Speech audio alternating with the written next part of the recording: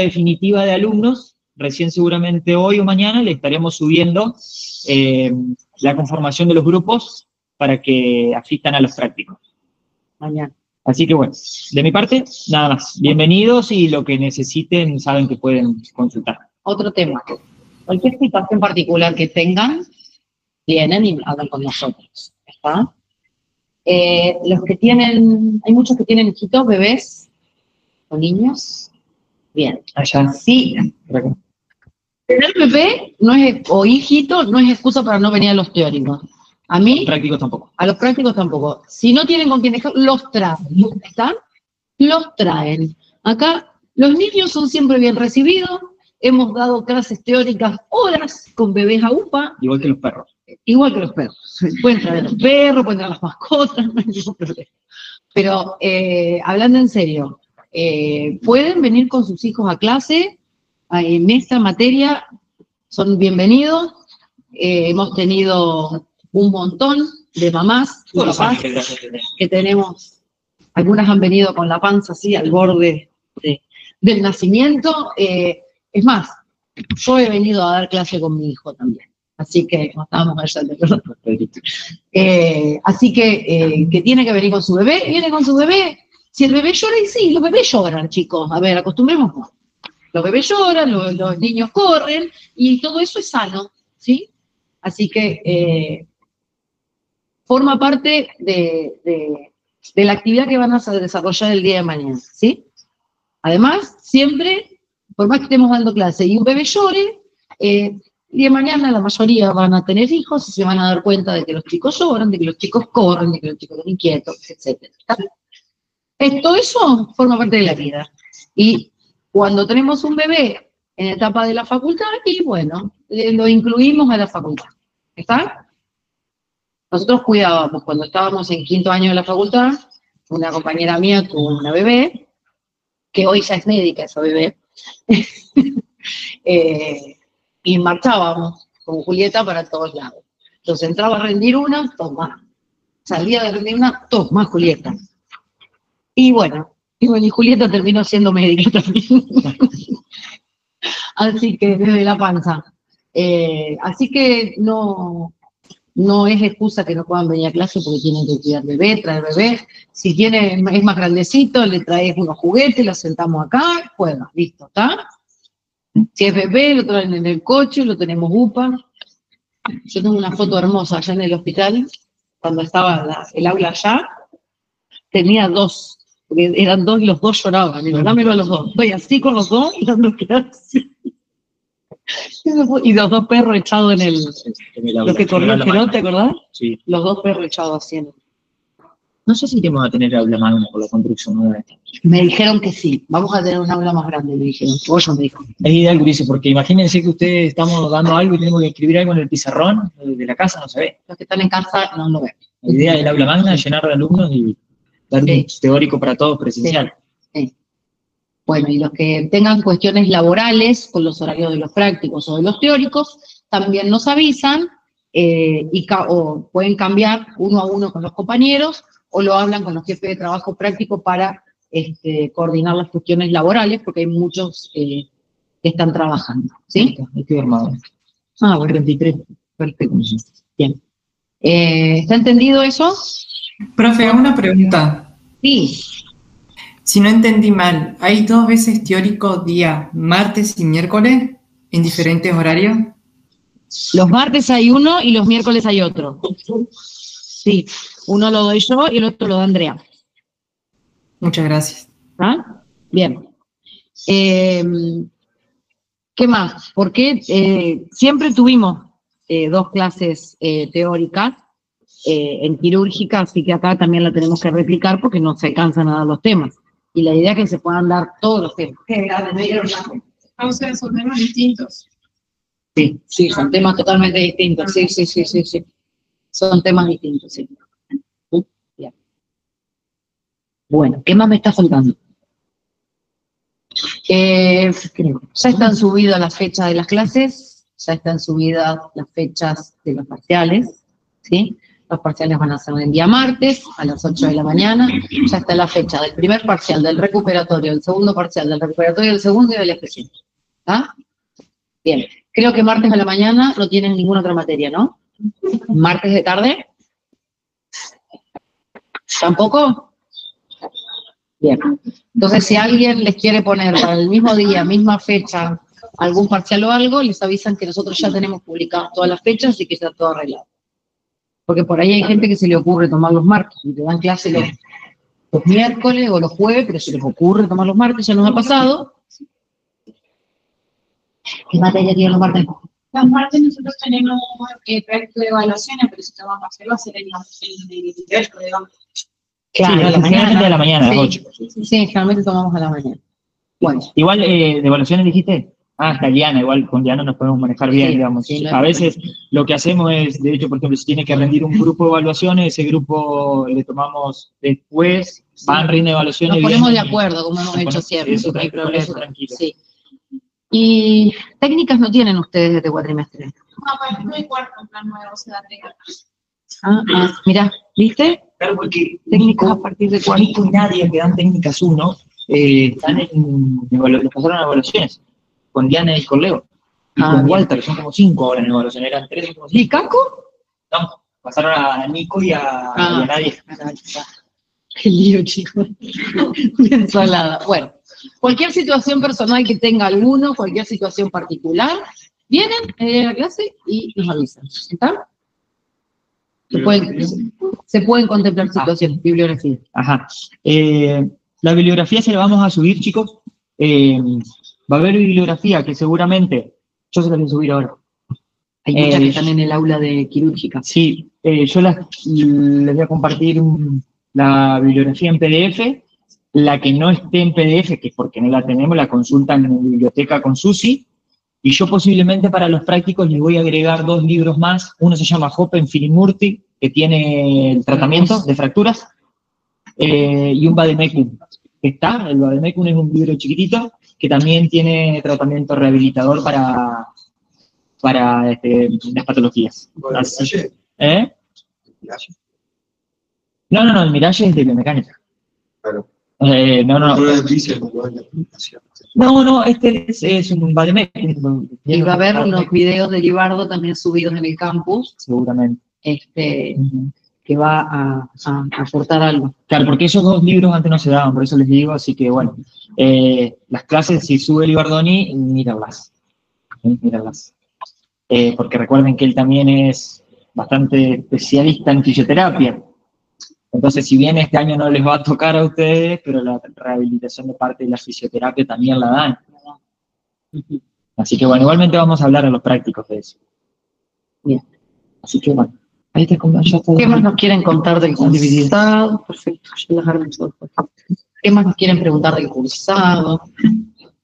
Porque les cuento que hoy vamos a tener que empezar con el primer tema también, ¿sí? Porque si no, no llegamos. Pero bueno, la clase de hoy es cortita y es un tema que ya quizá lo han visto. ¿Ustedes vieron semiomédica el año pasado? No. ¿Cómo se llama la semiomédica? La que da Marta. No sé si patología Ahí está, bien. Vieron todo el historia clínica, ficha kinésica, así que bueno, las clases de hoy y mañana de Andrea van a ser como un poquito un repaso y para no iniciar con los temas así de entrada. Pero bueno, ¿alguien más quiere preguntar algo? ¿Dudas del cursado?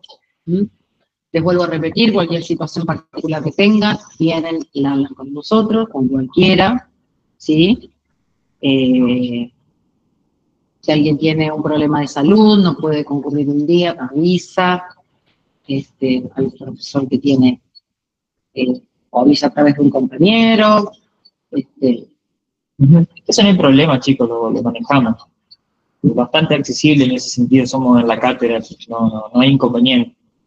Traten de no faltar por cualquier cosa. Por ahí necesitan y no falta en serio. Acuérdense que es el 70% de la asistencia. Recuerden que tienen que aprobar los 2 parciales, ¿sí? Todos los parciales tienen, ahora van a ser 2, hasta la unidad 5, rendimos el primer parcial, hay un recuperatorio, después hay 5 unidades más, que son un poco más largas que las primeras, y hay un parcial y un recuperatorio, y por último vamos a tener un recuperatorio especial también, ¿sí? Así que bueno, vayan teniendo en cuenta esto de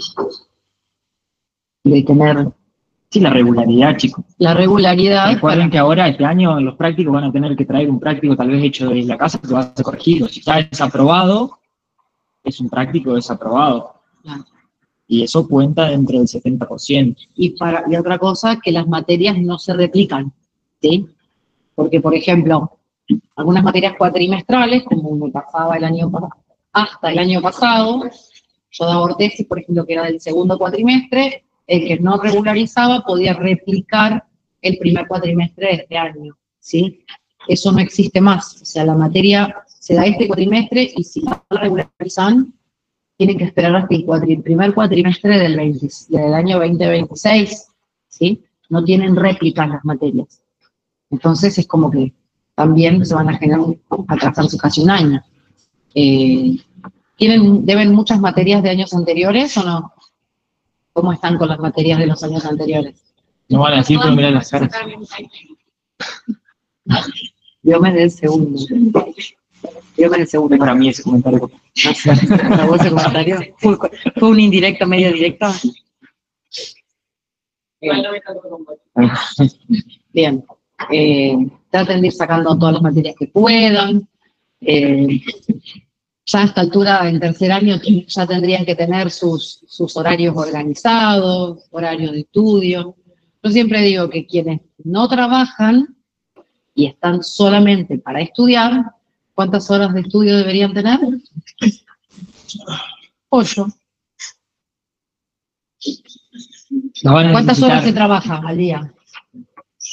8, 4 de la mañana, 4 de la tarde. Bueno, ¿está? Va a necesitar. El que no trabaja, solo está, tiene que guardarse unas 8 horas para dormir, 1 hora, 1 hora y media para hacer actividad física, porque no sé si todos hacen. Deberían. ¿Sí? Deberían, o sea, sí, ya sé. Ya tenemos un triatleta, ¿verdad?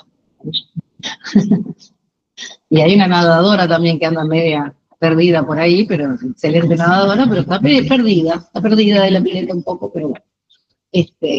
Ya va a volver, dijo. Y los demás a moverse también. Un rato todos los días, porque de paso se oxigena un poquito el cerebro. Nos desconectamos, liberamos un poquito de serotonina, de endorfina, lo que estudiamos se fija mejor, ¿sí? Y activamos un poquito. No es pérdida de tiempo ir a entrenar, al contrario, es ganar tiempo y conocimiento. Es ganar conocimiento, no es perder conocimiento. Exactamente. Y por otra parte, estamos en una carrera que ¿cuál es la base de la kinesiología? El movimiento. Bien. Y la verdad que no deberíamos ni siquiera estar sentados como estamos sentados. Ese es otro. Eso es un tema que hablo siempre yo. Nosotros deberíamos tener todo un piso de goma eva, así, y estar sentados cada uno de la manera que quiera. ¿O no? Bien. Porque de esta manera perdemos movilidad, retraemos fácil. Ni hable. Después más trabajo para vos. Bueno. ¿Te vas? Sí. Bueno, ¿Tratamos o no? ¿Qué más? Me imagino que no. Como hago siempre. Como siempre. ¿Alguna pregunta más de los usados, contenidos, todas esas cosas? ¿No? ¿Seguro? Bueno.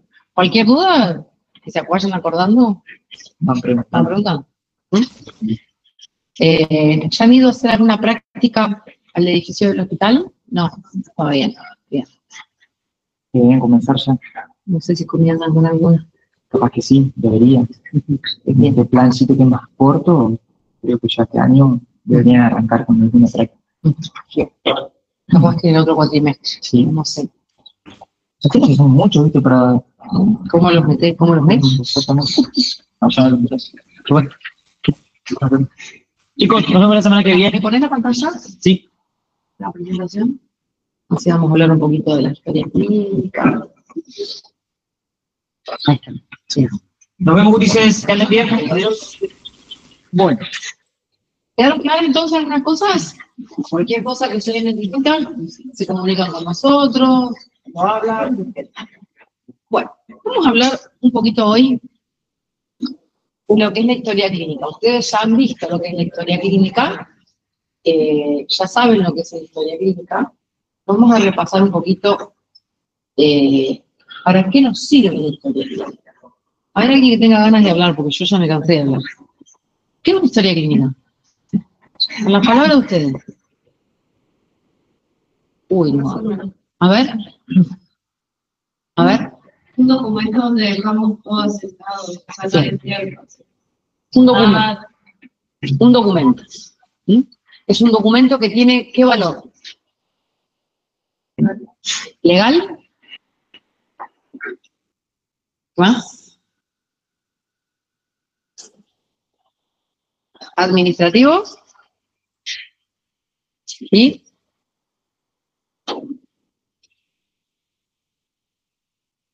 ¿Y?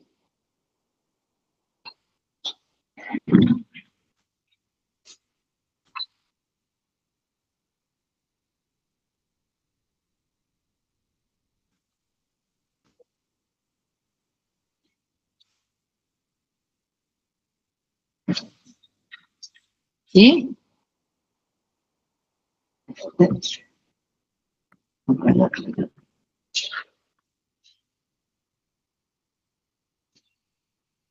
Legal, administrativo y de información específica del paciente. ¿Está? Bien. Vamos a volver a empezar arriba. Bien. ¿Saben lo que es esta ley? ¿Alguna vez la escucharon nombrar? Es una ley que dice cosas obvias, pero que tuvieron que hacer una ley, porque evidentemente hay cosas que no se cumplían. Es la ley 26.529. Y esto es muy importante porque todo lo que vamos a hablar hoy y de lo que incluye esta ley, ¿sí? Está escrito. Es una ley. Entonces, ¿qué hay que hacer con la ley? ¿Para qué están las leyes? Para cumplirlas. Aunque muchas no se cumplen, ¿sí? Está para cumplirse. Bien. Y rige los derechos que tiene el paciente en relación a los profesionales y a las instituciones de la salud. Y tiene 3 puntos importantes.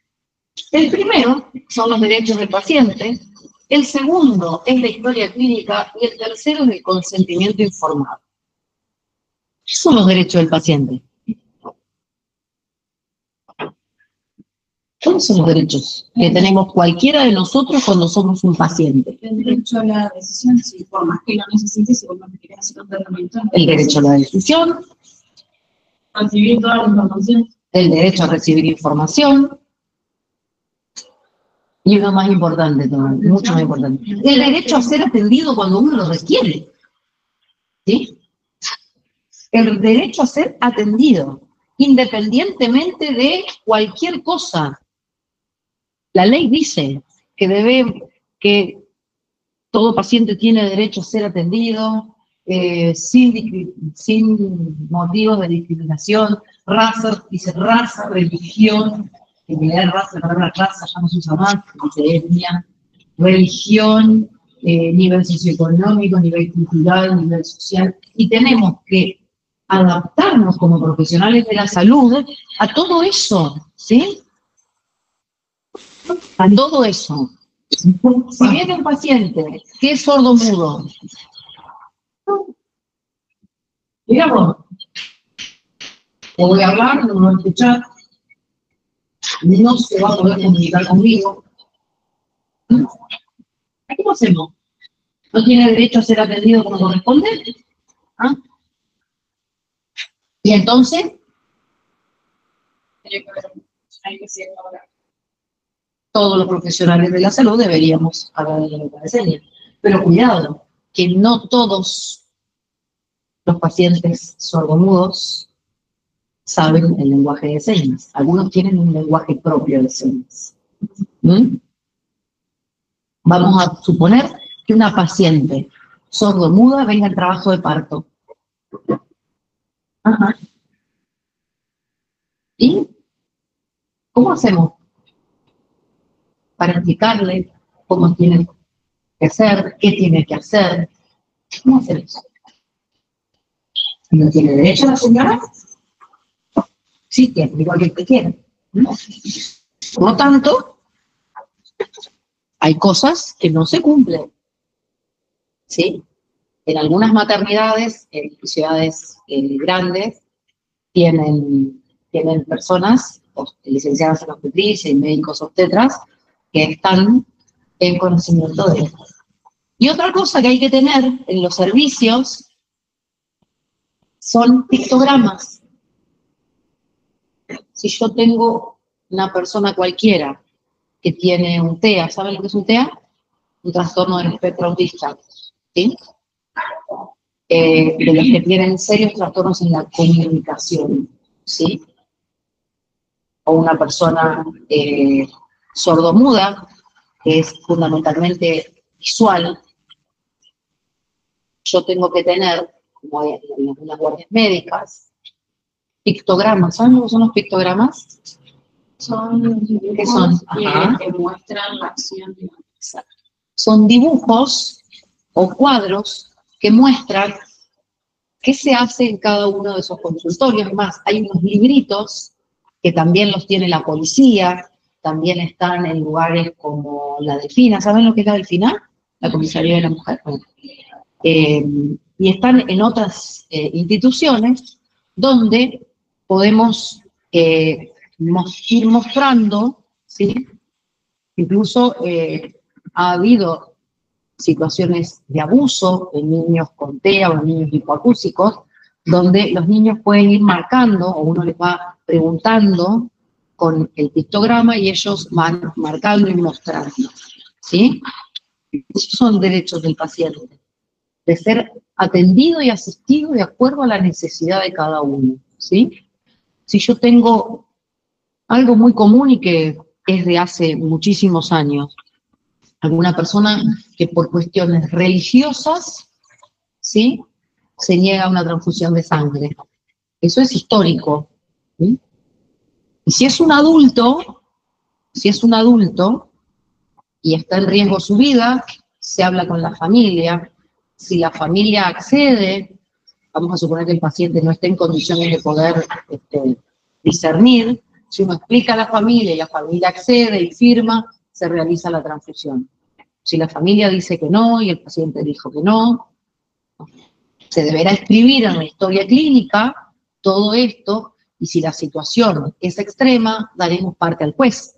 Hay un juez, ¿sí?, que interviene en estos casos, o un fiscal de turno, en el cual uno puede manifestar la urgencia de esto, y el juez viene, firma y dice, haga la transfusión igual. ¿Qué es lo que se hace con los menores, por ejemplo? Si yo tengo un menor que pertenece a alguna religión específica en la cual no se le puede realizar una transfusión, en este caso, inmediatamente y sin ninguna duda, se da aviso al juzgado, ¿sí? Porque acá estamos hablando de un menor. En general el juez viene o el fiscal se presentan y automáticamente firman y la transfusión se realiza, porque es la vida del menor, y el menor, en este caso, dentro del encuadre legal, como el menor no puede decir, porque además puede ser un menor muy chiquitito, ¿sí?, como está la vida ante todo, pero no lo podemos hacer si no se firma como corresponde, ¿sí? Esos son derechos del paciente: ser atendido, brindar las prestaciones que se requieran, que las obras sociales cubran los tratamientos que se les requieren, ¿sí? Muchas veces tenemos personas con discapacidad, en las cuales tanto las instituciones como quizás las obras sociales, etcétera, no están brindando prestaciones que se requieran, y muchas veces hay que judicializar estas situaciones, ¿sí? Bien. Después viene, ya vamos a hablar de la historia clínica, después viene el consentimiento informado. ¿Qué es el consentimiento informado? A partir de que el paciente sepa que lo haga. Bien. Seguramente alguna vez le habrán hecho firmar un consentimiento de algo, ¿sí? Cuando uno se va a internar, uno tiene que firmar el consentimiento de que acepta que se le haga una anestesia, que acepta que se lo opere o que se le realice una videoendoscopía. ¿Mm? Y aceptar los riesgos, por supuesto. ¿Sí? Por supuesto que nadie se va a ir a operar porque tiene ganas de ir a operarse, uno se opera por una necesidad o por una situación de salud específica, ¿no es cierto?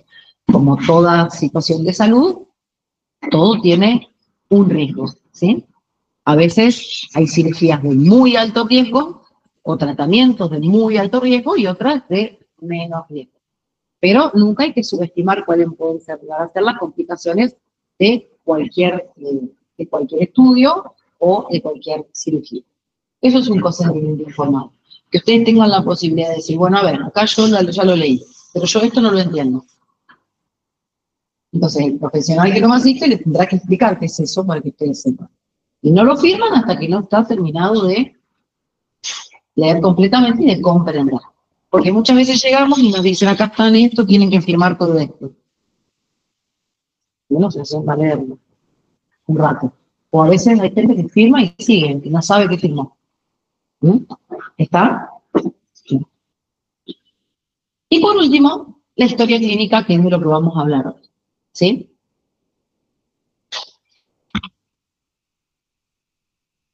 Toda esa definición larguísima de una historia clínica. Es un documento, instrumento escrito, ¿sí? En el que se consta de forma metódica, ordenada y cronológica y detallada la narración de todos los sucesos que han acontecido sobre un paciente o de todas las acciones que realiza un equipo de salud sobre un paciente, desde que ingresa al establecimiento, que puede ser público o privado, ¿sí? Hasta su egreso. ¿Y por qué puede egresar el paciente? Por alto fallecimiento, ¿sí? ¿Está? Bien. Y esto es importante, que constituye una prueba básica y fundamental a la hora de determinar responsabilidades civiles, penales y administrativas, ¿sí? Por eso siempre hay que escribir. Y ustedes dirán, y nosotros somos kinesiólogos, ¿y qué riesgo hay? ¿Puede ser demandado un kinesiólogo? Sí, claro que sí, por supuesto. ¿Sí? Vamos a suponer que colocaron determinada aparatología y generó una quemadura. ¿Sí? Por eso es importante saber esto. ¿Sí? Quizás se quemó porque, doy un ejemplo tonto, una lámpara de infrarrojo se colocó más cerca de lo que debería colocarse, o quizás ese paciente tiene una hipersensibilidad a la temperatura, y nosotros no lo sabíamos, ¿sí? Porque o no hicimos una historia clínica, o el paciente tampoco lo sabía, ¿sí? O, por ejemplo, hacemos un interrogatorio del paciente, resulta que el señor tiene un marcapaso. ¿Saben lo que es un marcapaso? ¿Saben lo que es un marcapaso? ¿Todos saben? Lo que no saben que yo diga, ustedes me dicen, yo no sé lo que significa lo que me dijo. ¿Saben todo lo que es un marcapaso? ¿Sí? ¿Seguro? ¿Nadie lo sabe? ¿Saben todos? ¿Para qué sirve? ¿Para? Es un aparatito externo que se coloca en un bolsillo subcutáneo que tiene unos cables mínimos que van a estimular de manera directa, ¿sí?, a el nódulo de Gilly-Sachs y los nodos auriculoventriculares, ¿sí? Y eso hace de que sostenga una contracción en frecuencia sostenida a nivel del corazón, ¿sí? Se utiliza en el tratamiento de algunas arritmias o de algunas patologías isquémicas que han generado trastornos del ritmo cardíaco, etc. Ustedes tienen un paciente, lo interrogan, en ningún momento el paciente le dice que tiene un marcapaso. Miren, sáquenle la ropa y fíjense que no tengo una cicatriz por acá o por acá. Lo más común es que esté a la derecha, ¿sí? Por aquí, en esta zona. Fíjense. Miren, toquen. No está operado de nada, no le pusieron ningún implante. ¿Por qué? Porque les van a poner una magneto. ¿Y qué pasa con el marcapasos en un magneto? Se desconfigura. Exacto, se desconfigura. A un marcapasos lo pueden bromar hasta un celular. Por eso les dicen que tienen que hablar por el teléfono del otro lado del marcapasos. ¿Está? Bien. Y el magneto tiene energía electromagnética y lo puede desconfigurar. Entonces, miren cuán importante que es un buen interrogatorio, ¿sí? Y que no haya algún inconveniente con todo esto. Bien. ¿Y qué otra cosa? ¿Para qué otra cosa nos sirve? Es un elemento de fuerza probatoria. Quiere decir que, además de brindarme toda la información de todas las patologías que tiene este paciente, las veces que se internó, etcétera, también se escribe todo lo que se hizo y si algún día el juez lo requiere, presenta, y acá hicimos todo lo que corresponde. Esta historia clínica consta para las internaciones, consta para el consultorio, ¿sí? Que ustedes que están en el consultorio no lleven una historia clínica convencional, van a llevar una ficha kinésica de ese paciente, ¿sí? Pero necesitan de la historia clínica o de los antecedentes clínico-médicos para poder confeccionar esta ficha kinésica, ¿sí? O quizá están trabajando en un hospital grande, en el cual son requeridos para rehabilitar, comenzar con la movilización de un paciente postquirúrgico cardíaco, ¿sí? O de un paciente que tuvo un politraumatismo, con un traumatismo craneoencefálico y quedó secuelado con una hemiparesia o una hemiplegia, o lo llaman para rehabilitar a un paciente que está cursando unas 48, 72 horas de un ACV isquémico, ¿sí? Entonces ustedes tienen que saber qué pasó, dónde está localizado, van a ir a ver la de historia clínica, van a mirar las imágenes, van a ver, bueno, el señor tiene un hematoma frontoparietal izquierdo, por lo tanto tiene una hemiplegia, es derecha, con tales características, dependiendo del área. O sea, todo eso les va a servir a ustedes para elaborar la ficha kinésica, evaluar cuál es la incapacidad que presenta el paciente y poder realizar un plan terapéutico desde el punto de vista kinésico, ¿sí? ¿Estamos? Bien. Esta es la definición legal, ¿sí? Que van a encontrar como definición legal. Documento obligatorio, cronológico, foliado y completo, en el que consta toda la actuación realizada al paciente por profesionales y auxiliares de la salud, ¿sí? Obligatorio porque se debe hacer siempre. Cronológico porque va día a día y se va escribiendo, por ejemplo, si a las 8 de la mañana vinieron del laboratorio y hicieron una extracción de sangre, la bioquímica pone se realiza extracción de sangre 8 horas. A las 9 vino el kinesiólogo, 9 horas, se concurre a realizar la movilización del paciente, firme y sello del kinesiólogo, ¿sí? ¿Entienden eso? Cronológico. Y foliado, porque cada hoja debe estar con un sello, ¿sí? Donde dice hoja 1, hoja 2, hoja 3, porque el día de mañana pasa algo y sacan una hoja. Ha pasado eso. ¿Sí? Entonces, por eso la historia clínica es foliada. Bien.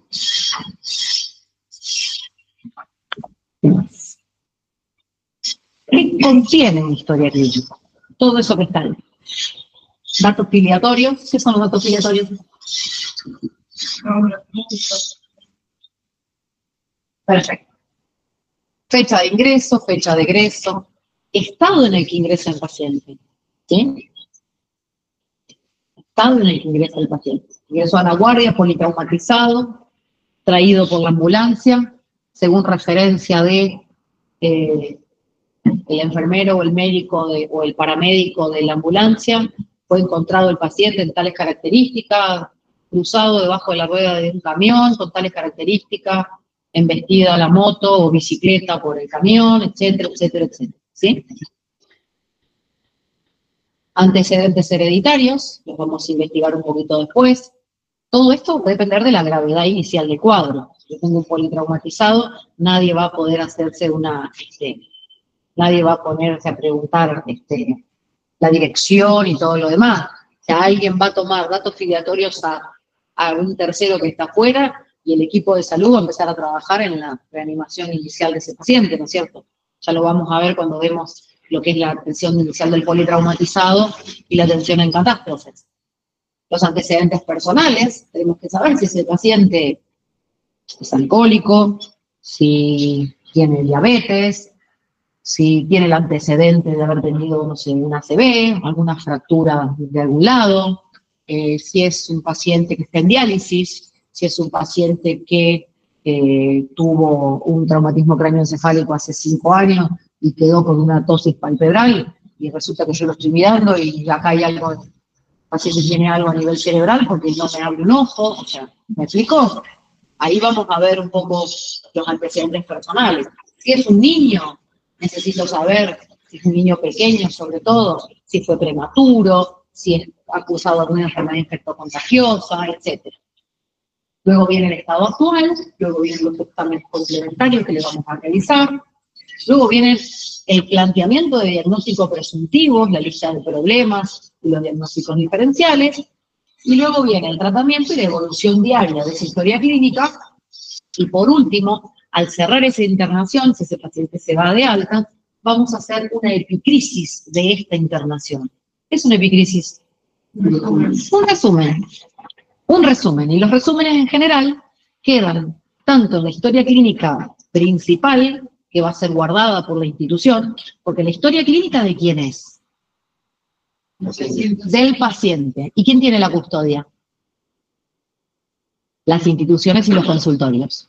Pero si un paciente va y dice, yo necesito fotocopia de mi historia clínica, el paciente realiza una nota, la firma, la sella, la entrega en el hospital y el hospital debe confeccionar una fotocopia completa, la brocha, coloca que es copia fiel de la original y entrega la historia clínica. ¿Sí? Sé que nosotros, o sea, si tenemos un consultorio Sí. privados, no vamos a hacer nosotros de hacer la historia clínica, sino No. que el paciente... Ustedes van a hacer una ficha kinésica.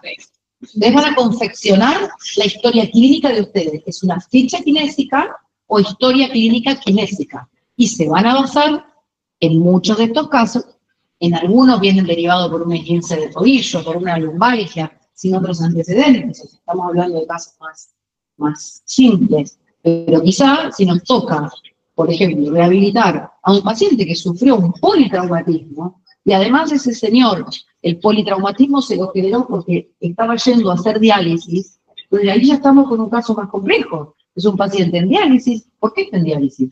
¿Por qué tu riñón dejó de funcionar? ¿Lo trasplantaron alguna vez? Sí, no. Quizá le hicieron un trasplante y luego ese trasplante no funcionó y volvió a diálisis. Entonces ya tenemos que pensar que ese paciente tiene una osteopatía renal, una osteodistrofia renal, que es específicamente lo que sucede en los huesos de los pacientes dializados. Entonces, ahí vamos a tener ya, o si el señor que estamos por rehabilitar o que viene al consultorio a rehabilitarse sufrió un politraumatismo, un traumatismo de cráneo y además tiene una cardiopatía y es diabético, ¿sí? Ahí vamos a tener que ampliar un poquito más nuestra ficha kinésica.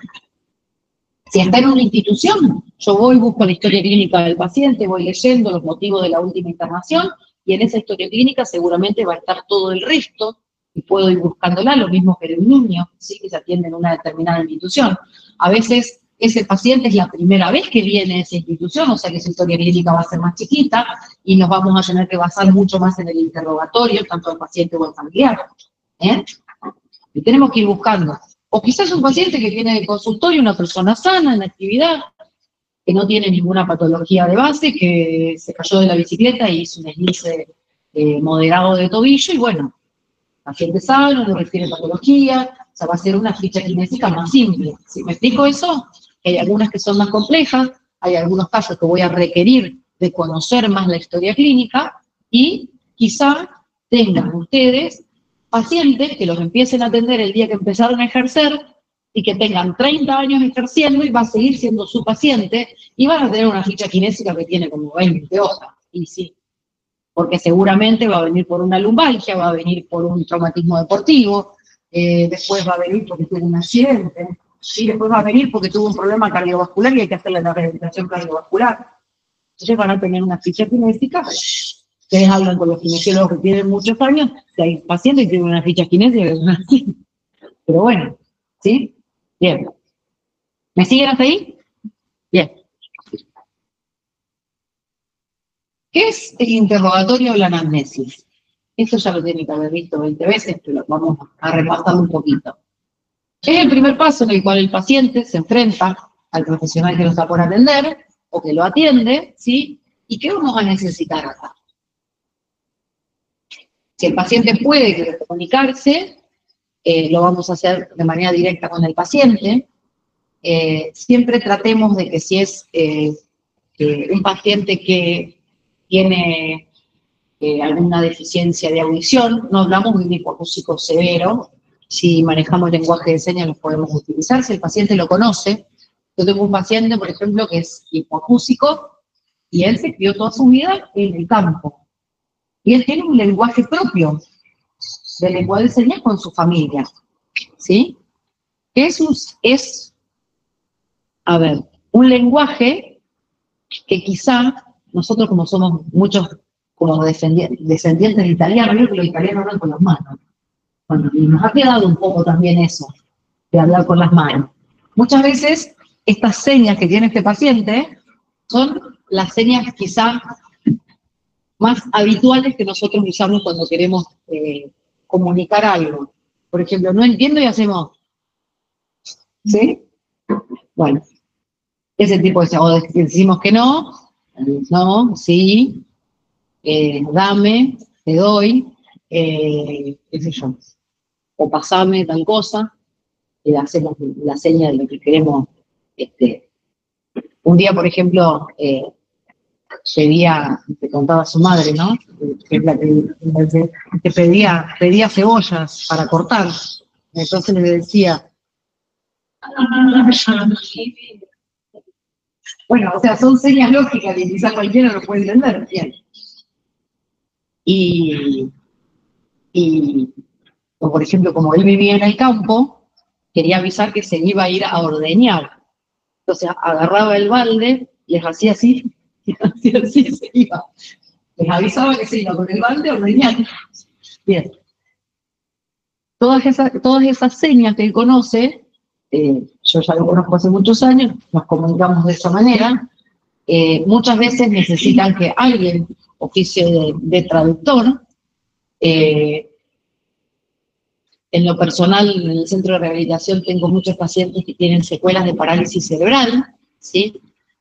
Que muchos de estos niños es muy difícil si uno no está en el día a día con ellos para saber comunicarse, pero por ejemplo, las kinesiólogas que trabajan con ellos desde hace un tiempo, ya saben qué les pasa con sus gestos, con su postura, con su movilidad, ya entienden qué es lo que les está pasando, ¿sí? ¿Ustedes la tuvieron a Marina Garber alguna vez? No. Sí, Marina trabaja desde que se recibió en estimulación temprana y en psicomotricidad. Bueno, Marina ya sabe, viene y me dice, hoy con fulano, imposible está, no quiere saber nada. Ya los conocen, porque conocen su lenguaje corporal, sus expresiones, su cara, su postura. Y eso es importante, que lo vamos conociendo con el tiempo. Entonces, eso también es importante en la comunicación. A veces necesitamos un testigo, ¿sí? Porque quizá es un paciente que ingresó con un ACV y el señor con el ACV está nubilado, o un traumatismo de cráneo, pero quizás está un familiar o una tercera persona que vio lo que sucedió, que nos va a contar qué es lo que sucedió, ¿sí? A veces no es de manera directa. Y nos tienen que aportar toda la información de todas las áreas, física, biológica, psicológica, de la parte sociológica del individuo, ¿sí? Es muy importante. Esto tiene 7 puntos. Su nombre, su dirección, su ocupación, su edad, si es un hombre, si es una mujer, si no es ninguno de los dos, ¿sí? A qué etnia pertenece, si necesitamos saberlo. A veces eso, antes se ponía raza negra, raza amarilla, raza blanca. Quizá podemos saberlo, hay personas de raza negra que tienen tendencia a tener determinadas patologías, hay una enfermedad que es una osteocondropatía de la infancia, que se llama la enfermedad de Blount, que es una osteonecrosis de los platillos tibiales, ¿sí? Internos, que son mucho más, es la osteopatía, o la osteocondropatía más frecuente de la raza negra, por ejemplo, ¿sí? Yo el único caso que vi era un rubio con unos ojos azules así. Pero los libros dicen es rara, acá en nuestra zona es rara, pero en los pacientes de raza negra es más común. O por ejemplo, ustedes saben, por ejemplo, que la hemoglobina, ¿saben lo que es la hemoglobina?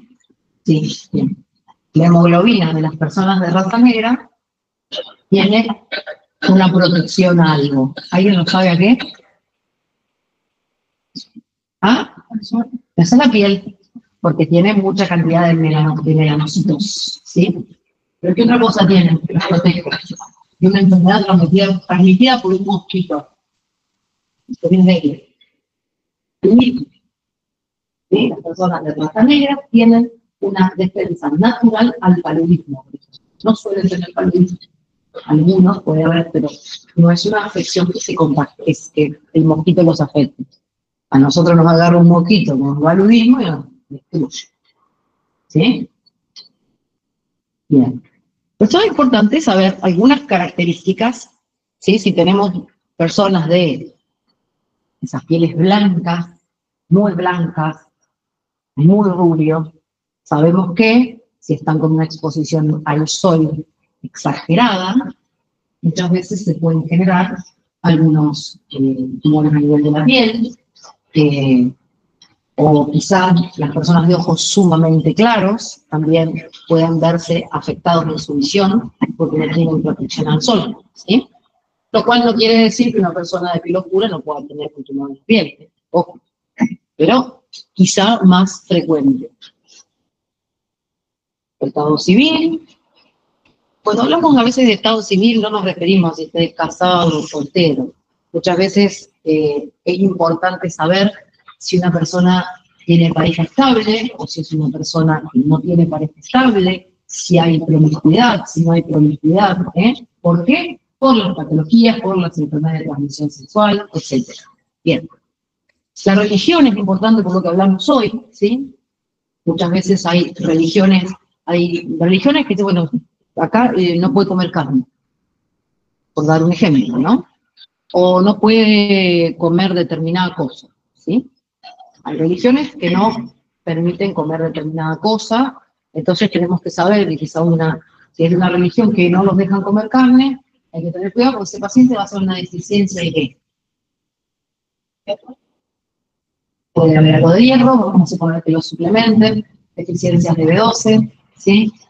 O que no pueden comer, o por ejemplo, que un paciente sea lacto vegetariano, o sea vegano exclusivo, etc. Cuidado con las deficiencias que generan el ser humano omnívoro, ¿sí? Todo. Tengo una conocida que no sé quién se tiene, Sí. pero ella es alérgica a todo alimento de origen animal. O sea, tiene una dieta vegana, no por elección, Por indicación médica. es por indicación médica porque todo le hace alergia al estómago, le hace mal. No sé qué tiene, pero sé que todo es de origen Pero animal le hace. se supone que debe tener algún tipo de plan nutricional con suplementación. Sí, tiene todo. Bien.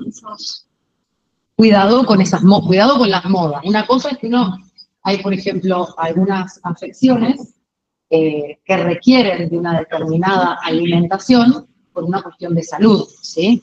Vamos a suponer un celíaco, ¿sí? Paciente con enfermedad celíaca no puede consumir nada que esté contaminado con trigo, avena, cebada y centeno, ¿sí? Quizá de la más mínima contaminación le puede provocar todo un trastorno digestivo. Bien. No es lo mismo una persona que requiera de un tratamiento específico que esté controlado y suplementado en las deficiencias de esa alimentación que las modas, ¿sí? Mañana me hago vegano y listo, y hago lo que quiera. Y empieza a pasar el tiempo y empezamos a ver las consecuencias de eso, ¿sí? De la no suplementación de las deficiencias. Y a veces está bien. Entonces, cada persona que decide que va a tener determinada alimentación, debe sentarse frente a un nutricionista y decir, mira, yo no quiero comer esto, y esto, por tal y tal cosa, y es porque a mí se me antoja y punto.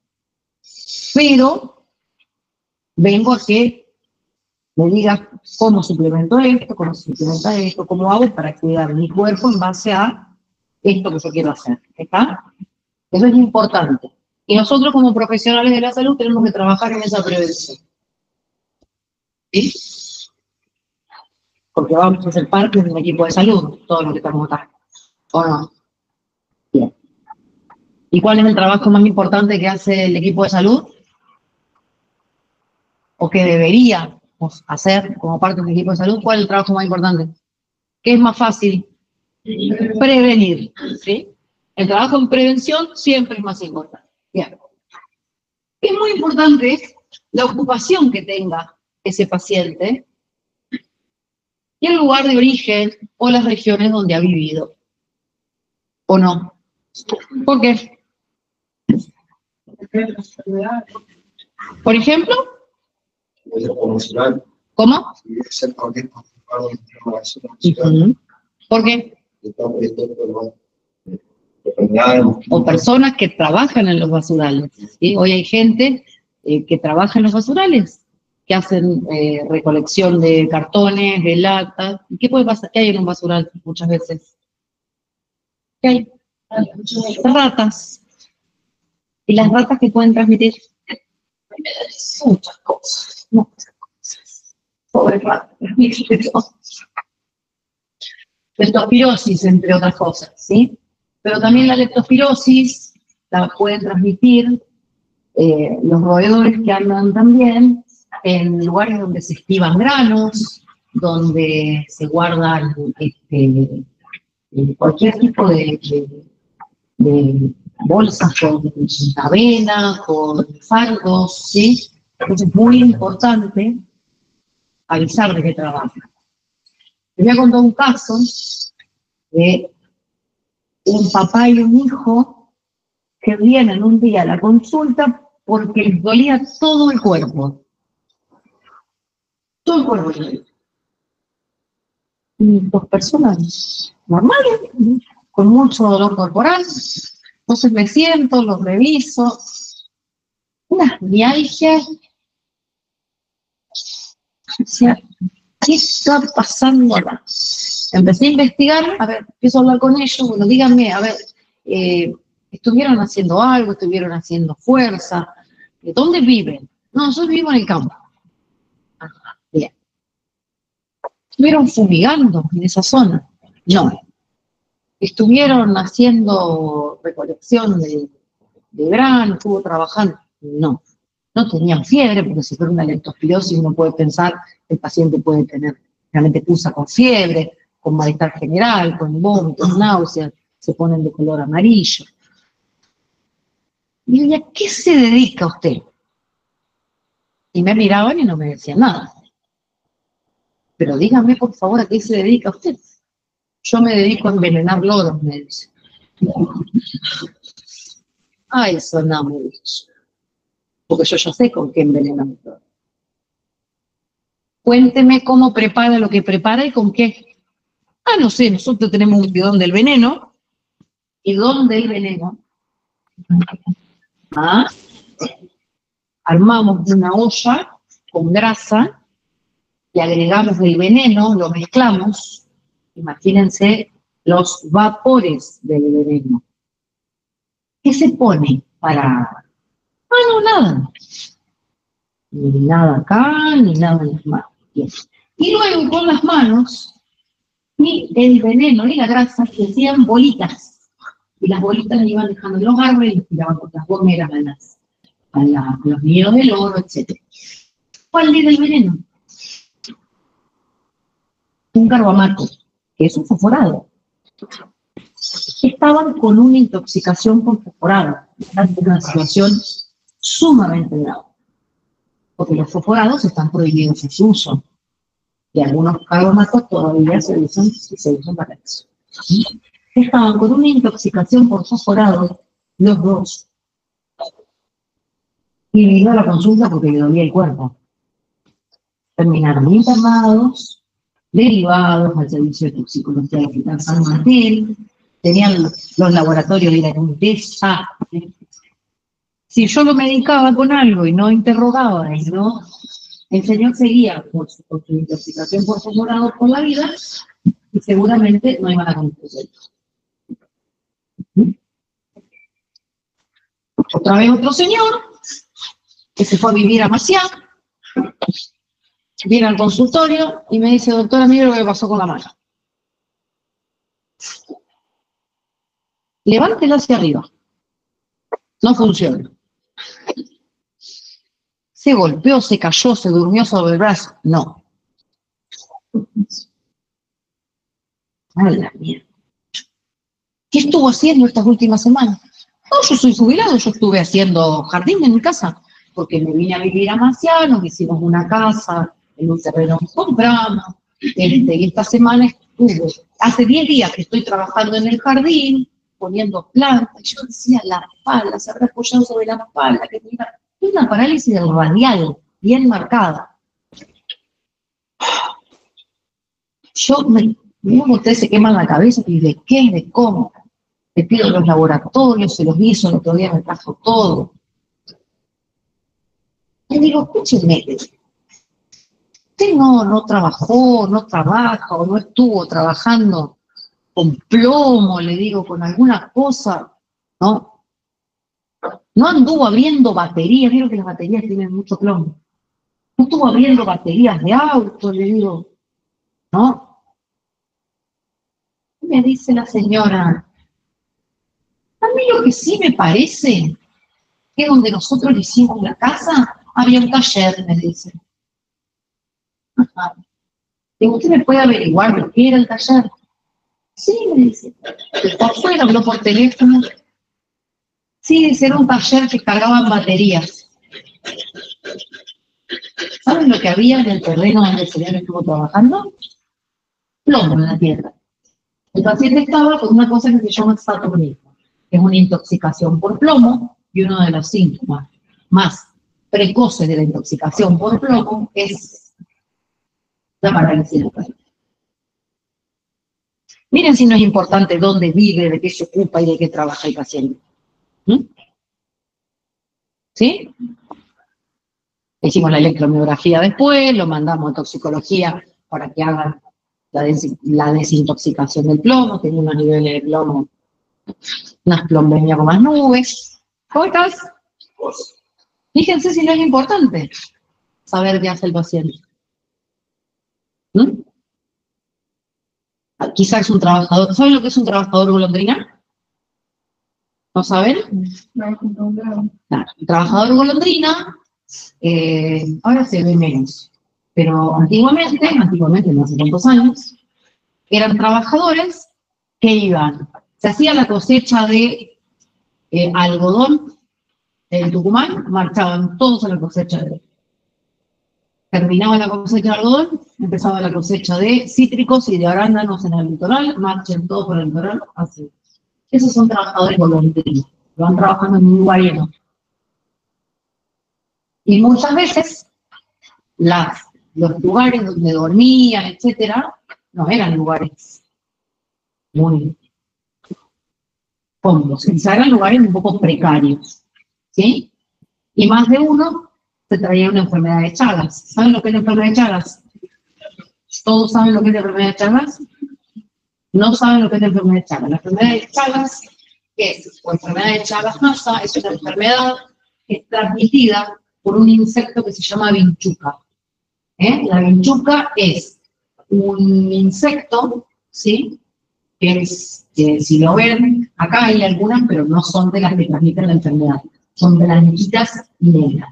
Las que transmiten la enfermedad son grandes, negras, muy oscuras, y tienen en toda la parte del cuerpo, como si fuera una katana, vamos a decirlo de una manera grotesca, toda una corona de rayas negras y amarillas, ¿sí? Ese insecto tiene un parásito que se llama Trypanosoma cruzi, ¿sí? Y cuando la vinchuca anida, generalmente en los ranchos de paja, en las casas de adobe, ¿sí? O en algunos techos de algún tipo de madera específica. ¿Qué hacen cuando las personas están durmiendo? Se tiran, pican, ¿sí? Defecan, y cuando uno se rasca, genera una grieta en la piel y ese parásito ingresa. Entonces, la enfermedad de Chagas tiene Chagas primario y Chagas secundario. El Chagas primario tiene algunas características, como son los chagomas de inoculación, que se llaman, que suelen ser picaduras en la zona del párpado, donde el ojo queda como si fuera un ojo de compota, eso se llama signo de Romaña, pero más allá de eso,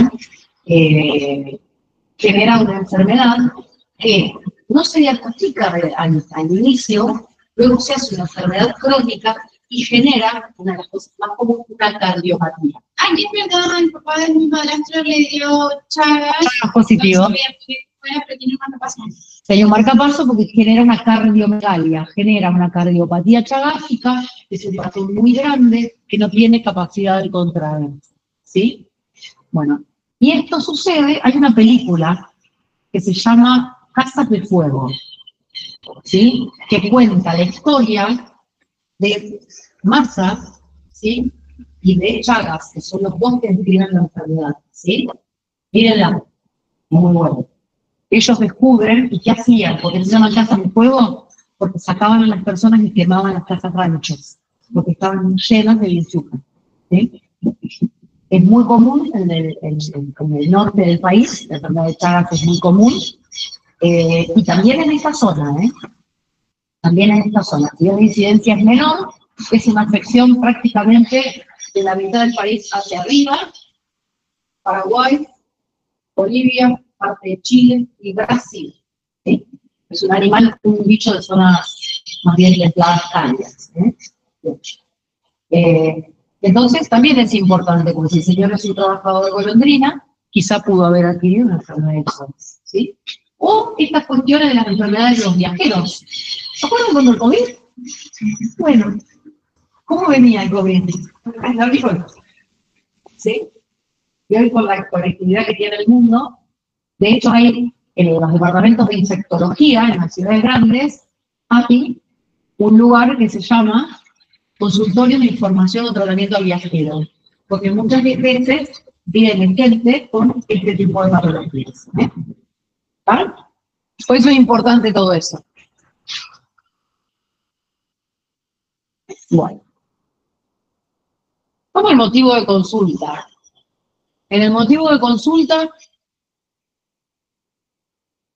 ¿qué se escribe? Lo que dice el paciente. ¿Sí?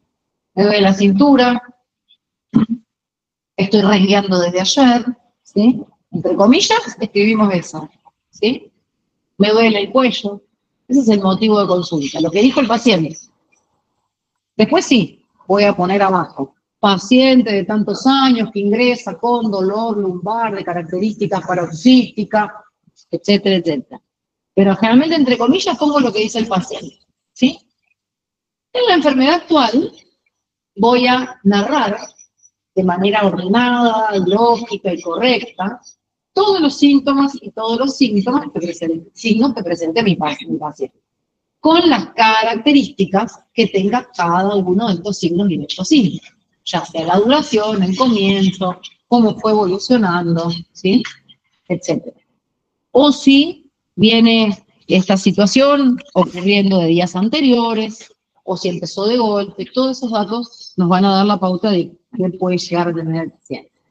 Bien. En los antecedentes personales van a ir todos los episodios médicos que ha padecido el paciente, si está operado, si no está operado, si tiene algún implante quirúrgico, si tiene alguna cosa de relevancia, por ejemplo, ¿de qué lo operaron a usted? Y bueno, me operaron de un quiste de ovario, me operaron de una fractura de antebrazo, me operaron de, no sé, por decir algo, me esguince el tobillo. Bien. Los hábitos del paciente. Y acá me detengo. Consumo de alcohol. ¿Qué es consumo de alcohol? ¿Todos saben? ¿Con qué volumen de alcohol diario se define una persona como alcohólica?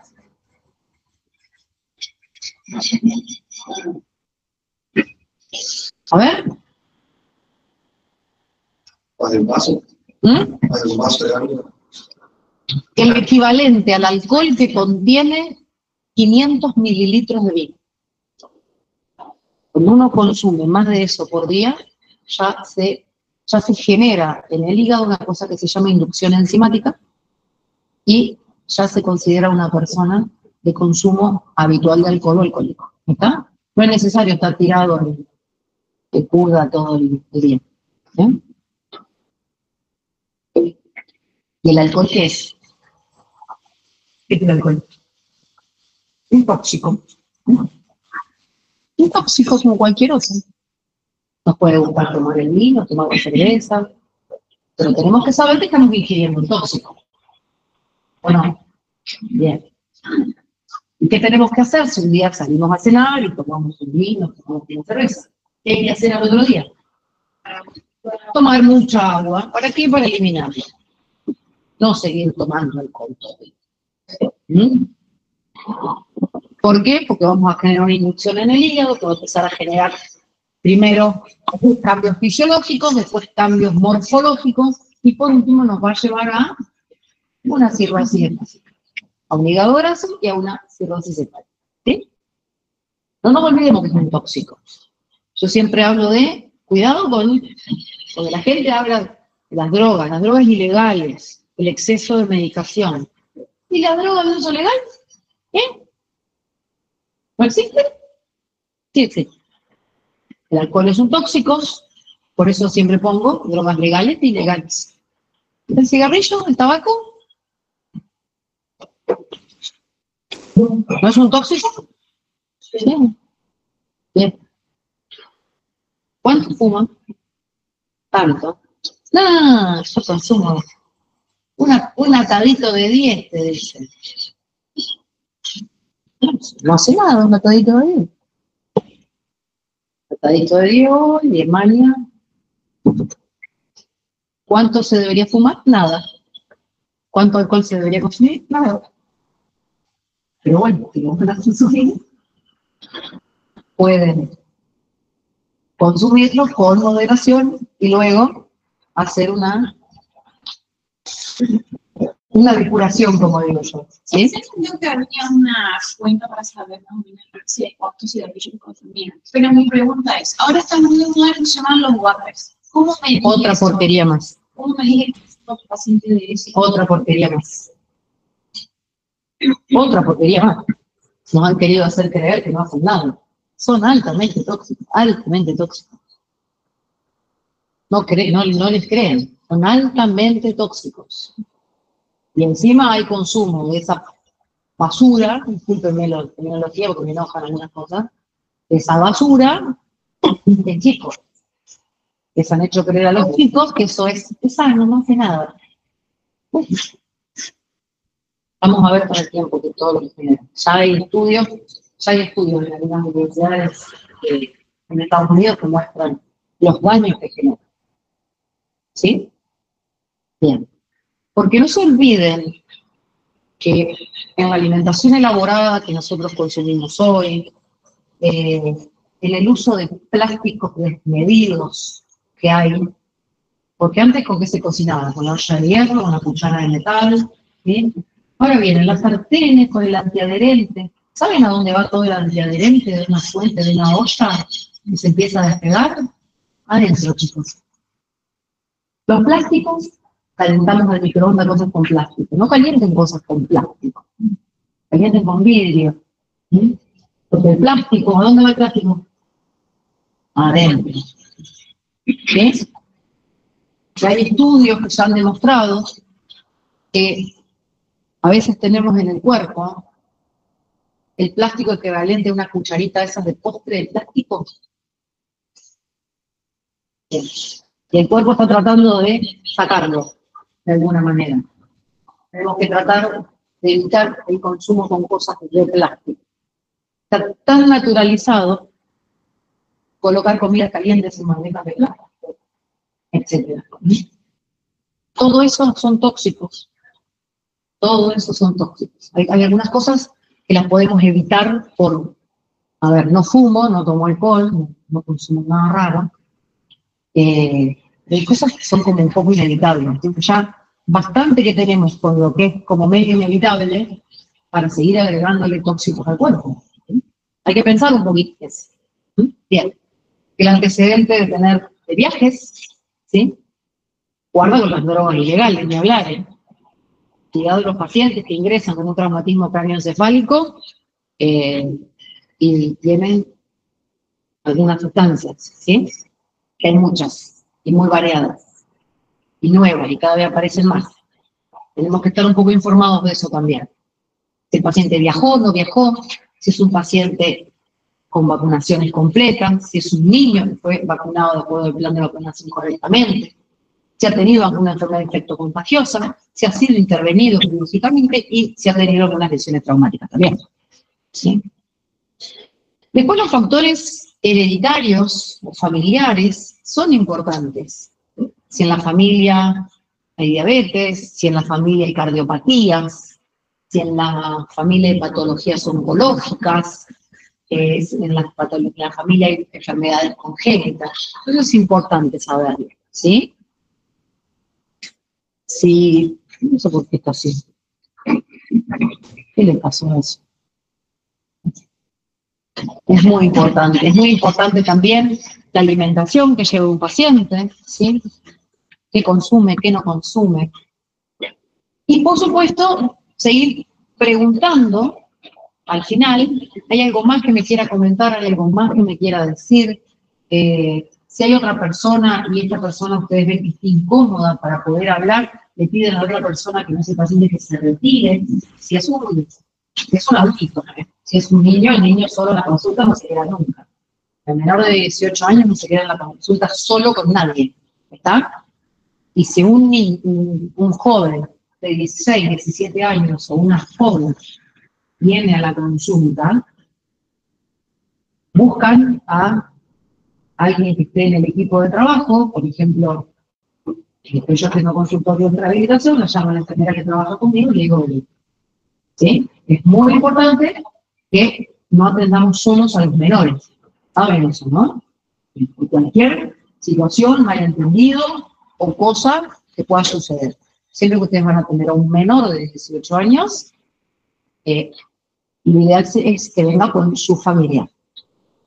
Si vienen solos, le piden, si es un varón, le pueden pedir a un enfermero o un kinesiólogo con ustedes que venga, o si es una mujer, le van a pedir que está ahí, o el kinesiólogo que está ahí con ustedes para que venga, ¿sí? ¿Está? Eso siempre es muy importante también. Y luego vamos a interrogarlo por sistemas. ¿Qué es interrogar por sistemas? Interrogar por sistemas es cuando el paciente dice, bueno, me duele, tengo un trastorno digestivo o tengo un trastorno respiratorio, voy a ir, bueno, a ver, algún problema digestivo, algún problema respiratorio, voy preguntando por sistema, algún problema ginecológico, ¿eh? Bien. La historia personal en cuanto a costumbres, a hábitos, a educación, ¿sí? A historia ocupacional, al medio ambiente donde vive. No es lo mismo vivir en una ciudad abierta como esta, donde tenemos este lujo de abrir la ventana y ver los árboles y todo verde, que estar adentro de acá con un muro ahí, que no nos entra el sol, o que trabajamos en una oficina todo el día, ¿sí? Donde no nos da el sol. Y si no nos da el sol, ¿qué hacemos? ¿Qué pasa? ¿Cuáles son los trastornos de no tener sol y luz? Y aire fresco que nos entra, así como acá. Va a haber problemas con vitamina D, ¿sí? Vamos a tener problemas con la vitamina D, fundamentalmente. Si no comemos productos frescos, vamos a tener deficiencias de vitamina C. Bien. Todo esto es importante. El estrés, las personas que viven en lugares donde no hay mucho sol o no hay mucha luz, tienen una gran tendencia a la depresión, también, cuidado con eso. El examen físico debe realizarse siguiendo siempre, de manera ordenada, ¿sí? De cabeza a pie o de pie a cabeza, como más les guste, ¿sí? Para no perdernos nada. Los estudios complementarios, que ya los vamos a ir viendo en algunas patologías, los análisis de laboratorio, los diagnósticos por imágenes, radiografía, tomografía, resonancia, ecografía, centellogramas, todo lo que es la radiografía intervencionista, etcétera, estudios cardiológicos, electrofisiológicos, ¿sí? Después vamos a ir a agrupar cuáles son las variables para armar el listado de problemas, a ver qué problema tiene este paciente. Vamos al intoxicado por carbonatos. El paciente tenía mialgias, sudoración, estaba con una midriasis, ojos con las pupilas así grandes, tenía midriasis, que eran reactivas, pero volvía a la midriasis, tenía temblores, tenía un tono grisáceo de la piel, etc. Entonces, bueno, a ver qué cosa, qué patología encuadra dentro de esto. Un poco el trabajito que hace la inteligencia artificial, ¿verdad? Esto. Bueno, eso se pensaba, se hace pensando también. Y a veces nos puede ayudar también la tecnología en estos casos. Tenemos que comentar o enumerar las posibilidades diagnósticas. ¿Qué puede tener este paciente? Si tiene fiebre, si tiene esto, si tiene... Y bueno, puede tener dengue, puede tener paludismo, lo vamos haciendo. Después, dejar constancia, escrito, ya sea del tratamiento, del plan terapéutico, y detallar un plan completo de tratamiento. Solicito laboratorio, solicito radiografías, solicito estudios específicos de tal cosa. Solicito electrocardiograma con valoración cardiovascular, probable tal cosa. Cuando llegan los estudios me dirán si me inclino para acá, si me inclino para acá, qué es lo que, a dónde vamos, buscamos, hasta que llegamos a un diagnóstico o no, o tenemos que seguir investigando, ¿sí? Después hay que completar las hojas de los auxiliares, ¿sí? Las hojas de enfermería, las hojas para tener una ficha atrás, que es la ficha del kinesiólogo, para completar, o de los diferentes auxiliares que intervengan con este paciente. Y por último vamos a armar, una vez que ese paciente se vaya de alta, vamos a armar un resumen de toda la información obtenida en esa internación. Si ese paciente, yo lo interné acá y necesito derivarlo al Hospital Garrahan, hago una epicrisis, esa epicrisis va con el paciente al Hospital Garrahan, por darles un ejemplo. Un chiquito con una enfermedad luxante en cadera que debe ser intervenido. Perfecto. Hago una epicrisis, hago la derivación, el niño va. Lo atienden, vuelve con otra epicrisis y me dicen que el paciente le encontraron tal cosa, confirmaron el diagnóstico y que tal fecha lo van a operar. Y que para tal fecha necesita presentarse con análisis, radiografía, estudios, evaluación del anestesista. Se solicita todo, vuelvo a hacer otra epicrisis, derivo al paciente para operarse tal día, con esto, va. Lo operan al paciente, le hacen todo lo que hay que hacerle, vuelve el paciente con una epicrisis que dice que fue intervenido con tal técnica, que se le puso tal cosa, que ese yeso lo debe tener 40 días, que al final de los 40 días el servicio acá puede retirar el yeso y en 2 meses nueva consulta con el doctor Clemente. ¿Entienden para qué la epicrisis? Para que cada equipo que está atendiendo a ese paciente sepa lo que estamos haciendo con ese paciente. ¿Sí? Y cada epicrisis se hace una fotocopia y se busca, se hace una fotocopia y se guarda en la historia clínica del paciente, ¿sí? Y muchas veces se hacen epicrisis y también quedan archivadas en los servicios las epicrisis, en los hospitales grandes sobre todo. Por ejemplo, el paciente estuvo internado en ortopedia y traumatología, bueno, en el servicio hay un fichero con las epicrisis de los pacientes. Entonces, cada vez que ingresa ese paciente, yo voy a su ficha, le traen la historia clínica, que es la historia clínica del hospital, pero además yo en el servicio tengo por qué fue intervenido en este servicio. ¿Entienden? Bien. Y por último, todo esto que estuvimos hablando va a conformar la base en la cual nosotros vamos a confeccionar la ficha clínica. ¿Está? Bien. ¿Preguntas? ¿Se aburrieron? Ya está en mi campo. Exactamente. Sí.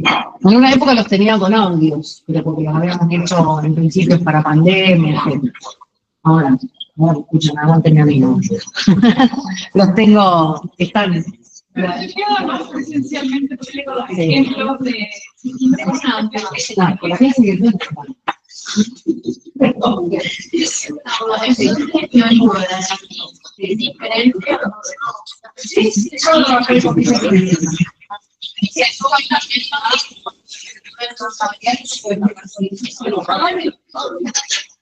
en general, todas las clases van a estar, chicos, todas las clases van a estar subidas al campus. Fíjense siempre, si yo no les pongo nada, a las 8 nos encontramos, ¿sí? Si por algún motivo yo puedo venir un poco más tarde, me voy a avisar y vamos a empezar más tarde. Pero por suerte vamos a tener toda la mañana, por desgracia para ustedes, no van a tener que aguantar, vamos a estar toda la mañana de martes. Hoy terminamos. Así que, bueno, cualquier duda que tengan, nos avisan, nos digan con nosotros.